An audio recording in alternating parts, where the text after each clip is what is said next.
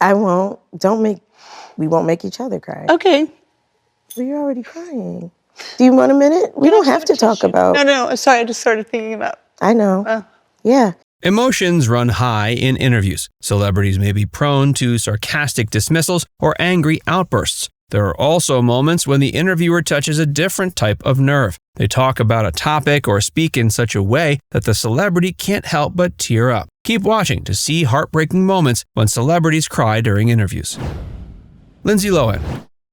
Lindsay Lohan went on David Letterman in 2013 to promote Scary Movie 5. The host did compliment her on being willing to take the hot seat, but he seemed more interested in talking about her sordid past than the film. He asked her a long list of questions. Is she supposed to be in rehab now? Do you not watch anything that goes on? I do. Tabloid now? Now here's what May 2nd. I was under the May 2nd. Yes. And how long will you be in rehab?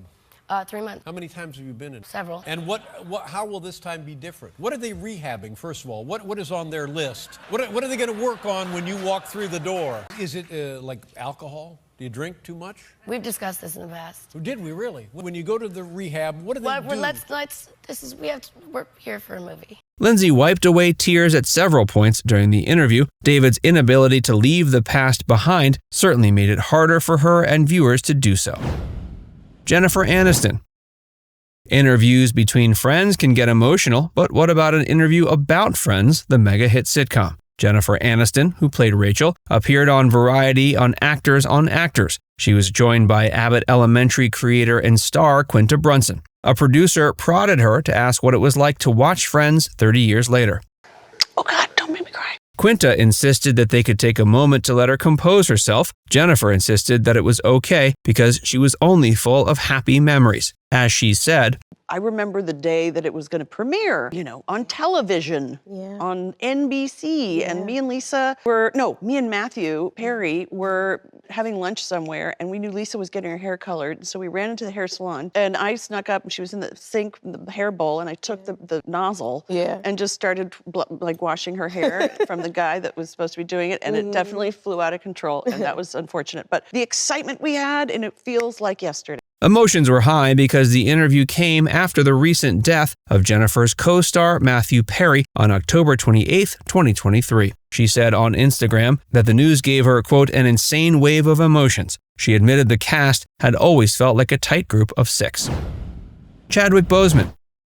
Superhero actors often inspire young fans. That's especially true when they go through something especially difficult. Chadwick, who played Marvel's Black Panther, tearfully recalled an interaction with 2 young fans when he was interviewed on Sirius XM. He said, all of it's been very personal, just watching the kids experience it. And for me, I would say, there are 2 little kids, Ian and Taylor, who recently passed from cancer. And throughout our filming, I was communicating with them, knowing that they were both terminal. And what they said to me is, and their parents said, they're trying to hold on till this movie comes. That motivated him to make the film the best it could be. Not everyone was even aware at the time of the interview that he'd been dealing with colon cancer. Tragically, it led to his own death, August 28, 2020, but he continues to inspire fans young and old. Brittney Spears. Britney's life and career has been full of plenty of ups and downs. Where did it all start to go wrong? There's one interview she considers a breaking point. It came after the release of her 4th album, In the Zone. It was also after her highly publicized breakup with Justin Timberlake. Diane Sawyer was clearly on Team Justin during the interview. He has gone on television and pretty much said you broke his heart. You did something that caused him so much pain, so much suffering. What did you do? I was upset. I was upset for a while. I think we're both really young, and it was kind of waiting to happen. And I will always love him. He'll always have a special place in my heart. He is such a great person. But you said, I've only slept with one person in my whole life, 2 years into my relationship with Justin. And yet he's left the impression that you weren't faithful, that you betrayed the relationship. I think everyone has a side to their story, and to make them feel a certain way, and make them feel, and I'm not technically saying he's wrong, but I'm not technically saying he's right either. So, this feels really awkward right now. The interview continued to get more and more awkward from there, even though they changed the subject. They went on to another that was equally controversial, Britney's kiss with Madonna. Brittney was fine with those who said it shouldn't have happened because children were watching. She said if they don't like it, they should change the channel. What was more uncomfortable was the way that Diane brought up more threatening responses to the incident. Brittney said in her memoir she believes it left her completely humiliated and called it a breaking point. Taylor Swift. Taylor, as one of the biggest pop stars of all time, has always had her love life critiqued and publicized. She's put up with it, but wasn't happy to have it put on display and turned into a game. Her appearance on The Ellen Show started off poorly. Taylor had been on the show several times, and Ellen always made a joke about who she was dating. This time was no different. I'm so happy to see you. Every time you're here, you make me very happy. You were here with your boyfriend, Zac Efron, last time. How's he doing?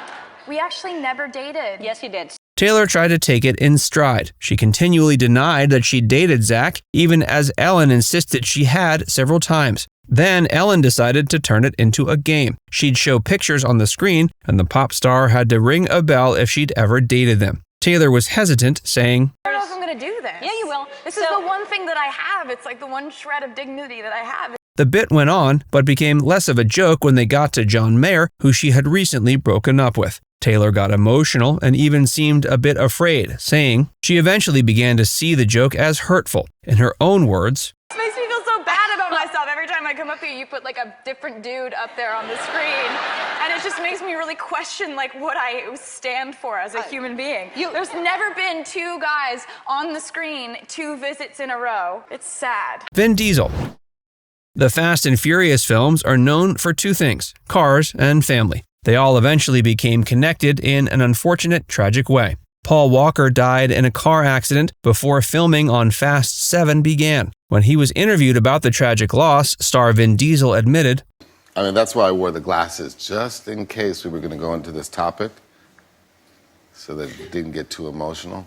The emotion in his heart was still clear to see. He said that losing Paul made it difficult to finish filming. He also realized that grief never truly goes away, saying, And people will say, you know, just move on. The relationships in that franchise are so strong. The brotherhood's so real that it transcends the experience of making the movie. Spend 15 years going from being a nobody to somebody with a brother. And then one day he's gone. And it's a very heavy experience. Vin was grateful that the studio dedicated Fast 7 to Paul's memory. He honored his friend by naming his daughter Pauline after him. It was his friend's advice, after all, that encouraged him to be present in the delivery room for her birth.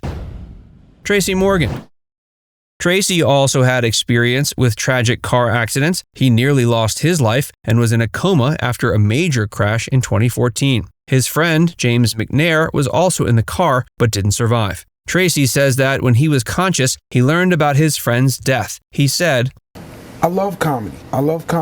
I'll never stop loving her. Love comedy, and I can't wait to get back to her. But right now, my goal is just to heal and get better. Because I'm not 100% yet. I'm not. And when I'm there, you'll know it. I'll get back to making you laugh. Grief caused him to lash out at the nurse who took care of him, though he later apologized to her. The interviewer asked when he'd be able to start performing again. He said, Rihanna. Rihanna had even more intense relationship issues. She was assaulted by her then-boyfriend Chris Brown in 2009. Photos of her injuries spread across the tabloids. She said at first that she felt shame, saying, It happened to me, and it happened to me in front of the world. It was embarrassing, it was humiliating, it was hurtful. You know, it's not easy.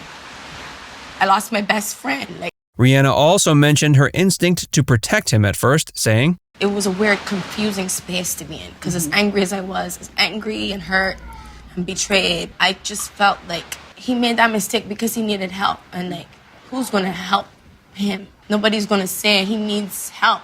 Everybody's gonna say he's a monster without looking at the source. She later was motivated to speak out for other domestic violence victims. She didn't want to encourage them to stay with dangerous partners out of what they thought was love. Now it's time to hear from you. What's the most touching celebrity interview you've ever seen? Let us know in the comments section below.